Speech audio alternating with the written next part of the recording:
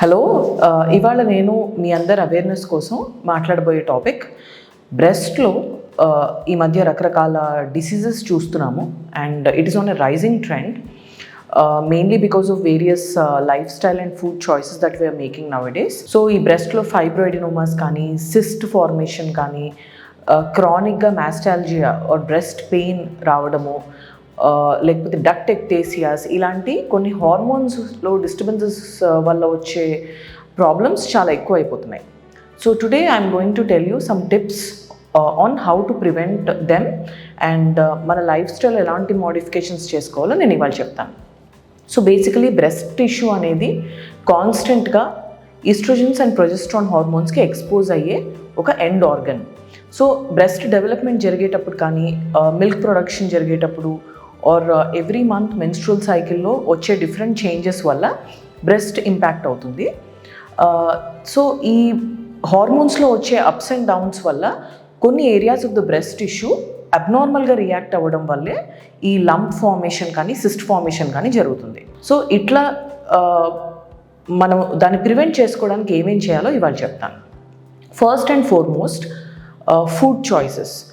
Your food should contain a lot of fresh and real food, in the sense that fresh vegetables, fresh fruit, and easy ga digest అయిపోయే simple carbohydrates, and ఒకవేళ protein sources కూడా plant based protein sources వల్ల ఈ బ్రెస్ట్లో వచ్చే ప్రాబ్లమ్స్ని avoid చేయొచ్చు.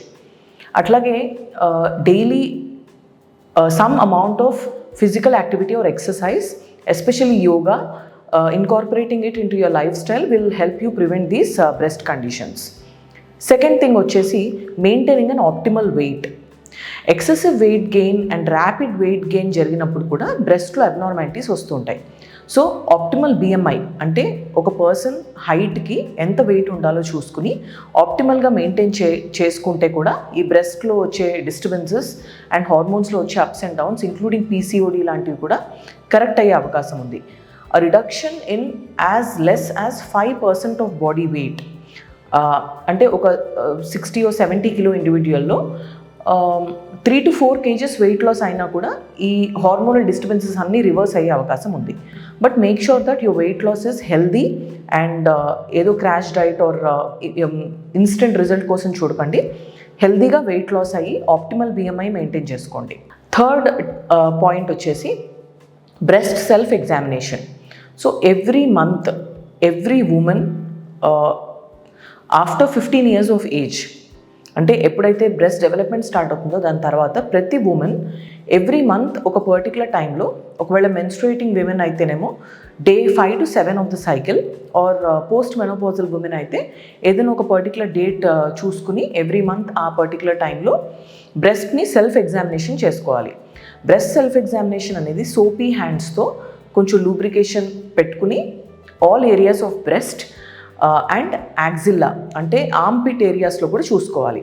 ఇట్లా చూసుకోవడం వల్ల ఏదన్నా ఒక అబ్నార్మల్ ఏరియా ఉన్నా, చిన్న లంప్ ఏదన్నా ఉన్నా ఎర్లీగా డిటెక్ట్ చేసుకుని దాన్ని ట్రీట్ చేసుకునే అవకాశం ఉంటుంది. So these are the ways to prevent breast abnormalities and some aberrations in the breast. అంటే వీటిని పర్టికులర్ డిసీజెస్ అని అనలేము, కొన్నిసార్లు ఇవి మందులు కూడా కరెక్ట్ అవుతాయి, హార్మోన్స్ని కరెక్ట్ చేసుకుంటూ కూడా కరెక్ట్ అవుతాయి. కాబట్టి ఇట్లా మనం జాగ్రత్తలు తీసుకోవడం వల్ల బ్రెస్ట్లో ఇలాంటి చిన్న చిన్న అబ్నార్మాలిటీస్, బ్రెస్ట్ పెయిన్, ఇవన్నిటిని మనం అవాయిడ్ చేయొచ్చు. Thank you.